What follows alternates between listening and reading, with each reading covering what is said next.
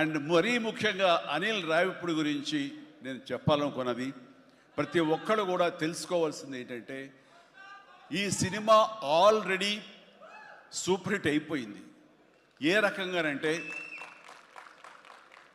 Budget పరంగా with in the limit, అలాగే days పరంగా అనుకున్న దానికంటే తక్కువ రోజుల్లో ఇది అత్యద్భుతంగా తీయగలిగాడు. ఒక సినిమా సూపర్ హిట్ అయిందని ఎలా చెప్పగలవంటే, డైరెక్టర్ మొత్తం తన గ్రిప్లో ఉంచుకుని అది బడ్జెట్ దాటనివ్వకుండా విత్ ఇన్ ది టైం చేయగలటం అనేది ఆ సినిమాకి అది మొదటి సక్సెస్.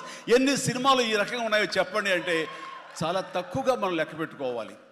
ఆ రకంగా ఇది మొదటి విజయం సాధించింది. రెండో విజయం రేపు 12వ తారీఖున ప్రజల ముందు మీరు నిర్ణయిస్తారు ఎంత ఘన విజయం మీరు మాకు ఇస్తారు అన్నది. ఇక ఈ సినిమా